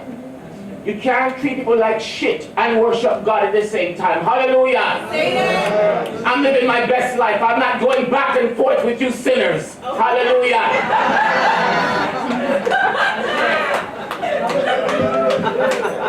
Look at all the beautiful women in the earth. Who are single ladies? Single ladies, raise your hands. Yes, indeed. Single ladies, I know it's hard to date in today's world, but I want to give you some encouragement, okay? There are some good men out there. There are some good men out there. The only problem is that they're all fucking ugly. But they're good. As you can tell, I'm Jamaican. Where are my Jamaicans at? No, oh yes, we're gonna remix a song after the show is over. Yes. Yes. The best thing about Jamaica, folks, the best thing about Jamaicans are Jamaican men. Jamaican men are the most loyal and dedicated cheaters. A Jamaican man will cheat on his wife during the middle of the day wearing the brightest fucking clothes and then wonder how he got spotted.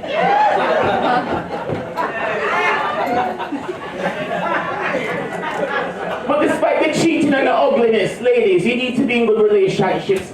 But there's a problem. Relationships are very confusing. And the main reason why relationships are confusing is that women are confused. Women are the most confused species on the face of this earth. For example, a lot of women say they will not date a man that lives at home with his mother, but yet they date a man that lives at home with his wife. Women are confused. But despite the confusion, you need relationships. But the most critical relationship you can have as a woman is with your children. But there's a problem. There's a problem. Kids in this country are out of control. And white people, you have to stop giving your kids timeouts. Because when you give a white kid a timeout, you give them time to reload their gun. Stop with the timeout. And look at that young boy, Jussie. That young boy, Jussie, paid those 2 boys from Wakanda to kick his ass.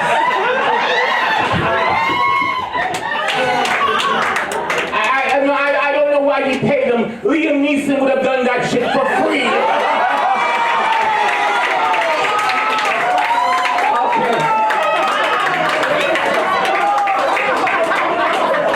All this rap music is making kids lose their mind. All this panda panda. I got broads in Atlanta. Even Fat Joe, he's telling kids he's all the way up. He's too fat to be all the way up. He's too fat to lean back. Fat Joe's 5,000 pounds. How the fuck can he lean? I mean, he can probably fall backwards extremely fast, but I doubt he can lean. So what I want to do with Cry Leave is I want to talk about some parenting tools. Some tools that you can use to keep your child under control, okay? Let me show you the first parenting tool. Okay, folks.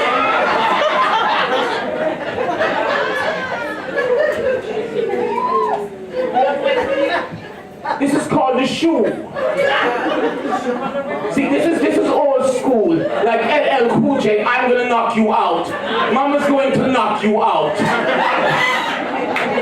This is old school like Prince and Purple Rain. This is what it sounds like when your kids cry.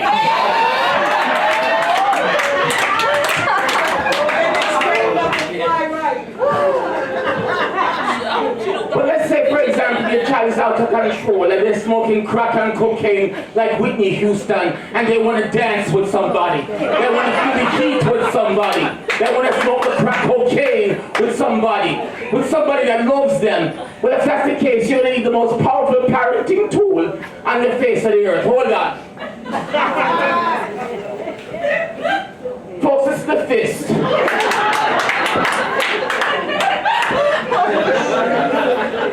You see, we Jamaicans, we don't believe in timeouts. We believe in blackouts. You get your timeout once you pass out right on the fucking floor. Everybody, have a good night.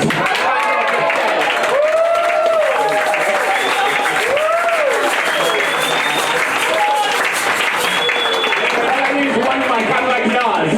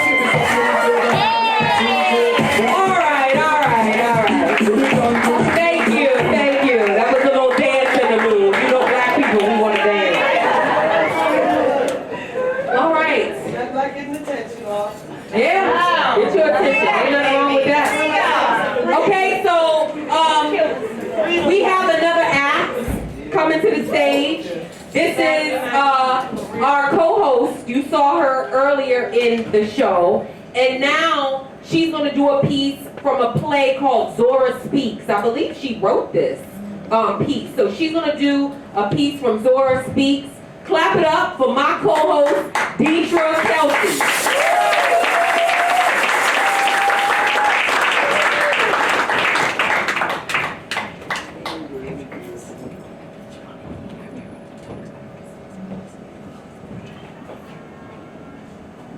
It's been 3 weeks. School is closed. The bill hasn't been paid, and Papa still hasn't picked me up. And the principal wants to see me again. Zora, we've tried unsuccessfully to contact you about the bill, especially your father. We need to discuss this matter and get this resolved. Now, Papa isn't well. Ever since he married my stepmother, he's been not acting right. He's been making my brothers and sisters leave home, and she's just terrible. Just listen to me, please, just let me stay. Zora, please. This is a highly educational institution, not a charity service. Only the creme de la crop are admitted to this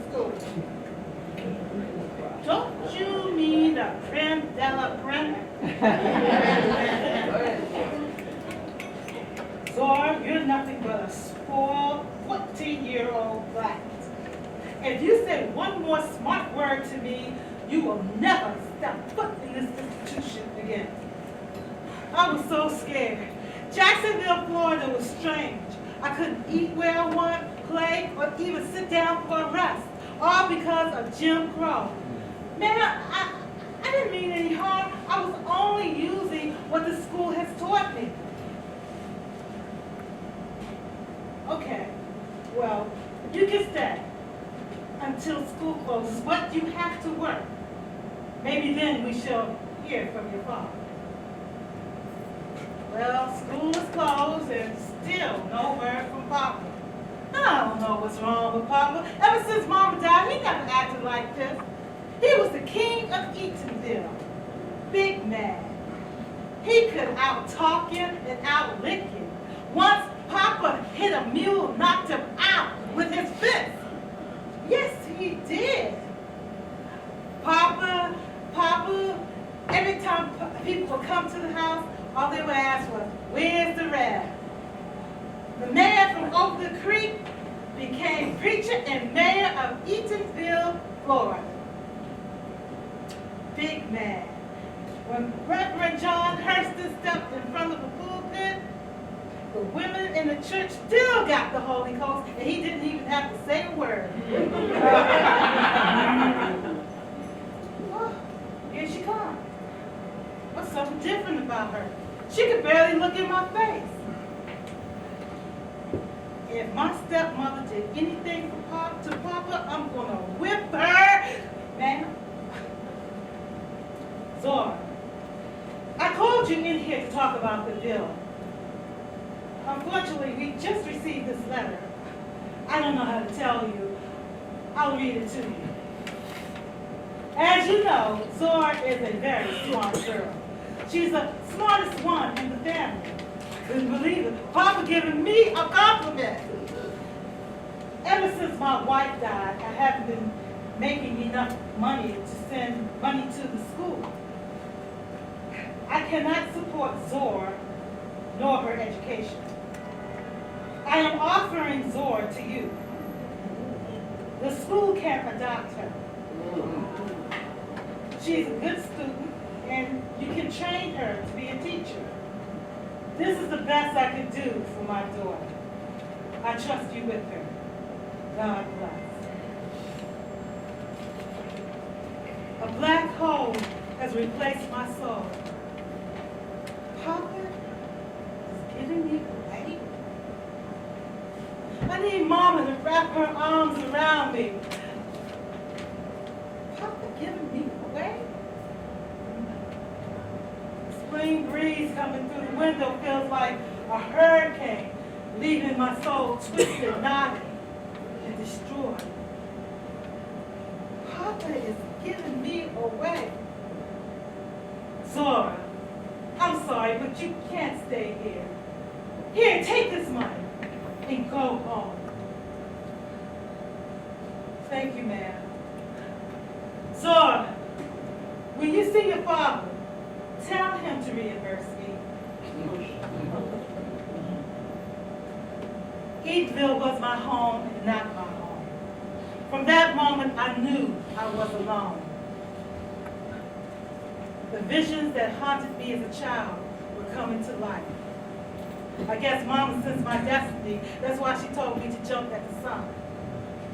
I boarded the train to Eatonville, went to my father's house, and whipped my stepmother's ass.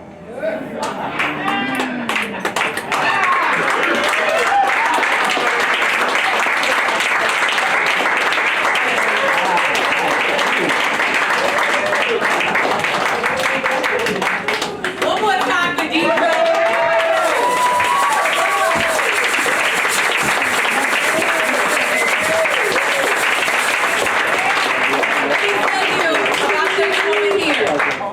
This lady produces a show called Sister Talk TV. It is the only show I've seen that consistently promotes sisters, produced by a sister, and it deals with our issues. And you've been doing that show for how long? About 8 years now, and with the help of Zaki. Zaki, stand up. Stand up. Stand up, Zaki. Yeah.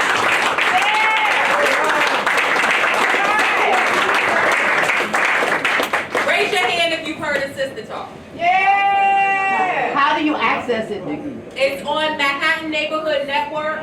I want to pull down the screen just so you can see the promo. Deidre doesn't know, but it's called Sister Celebration, but really the show was to celebrate her. Oh, wow!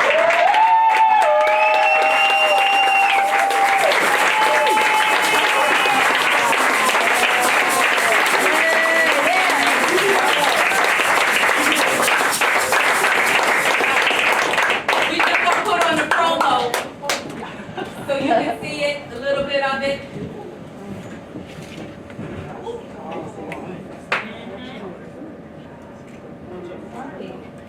Hi, this is Deidre Kelsey, host of Sister Talk televised live Saturdays at 2 p.m. on MNN1.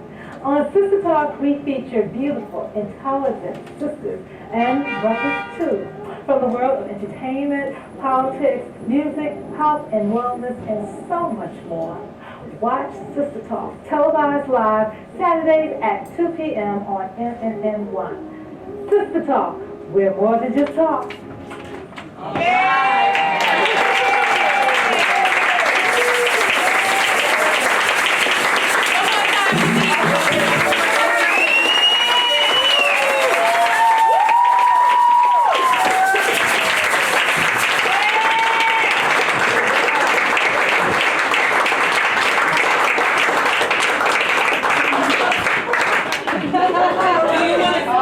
Do you want to say anything, Deidre? I can't even talk. Take a breath. Take a breath. Oh, Nikki, I did not know you were doing this. I just want to say thank you. I feel like I'm in a award ceremony. I want to say thank you for Zaki also for creating this. And I wouldn't have met so many wonderful, wonderful women such as Nikki and Velvet. I had no idea, my God. But I just want to just share with you when Zaki came up with Sister Talk. He said it was a talk show, and I was saying to myself, I don't want to do no talk show. And never in my life, I never thought that I would be hosting a talk show and featuring so many beautiful women. And these women like Nikki and Velvet has really helped my self-esteem, my work-getting attitude, and everything. It's so phenomenal, so beautiful, so many beautiful women out here. Just want to say thank you.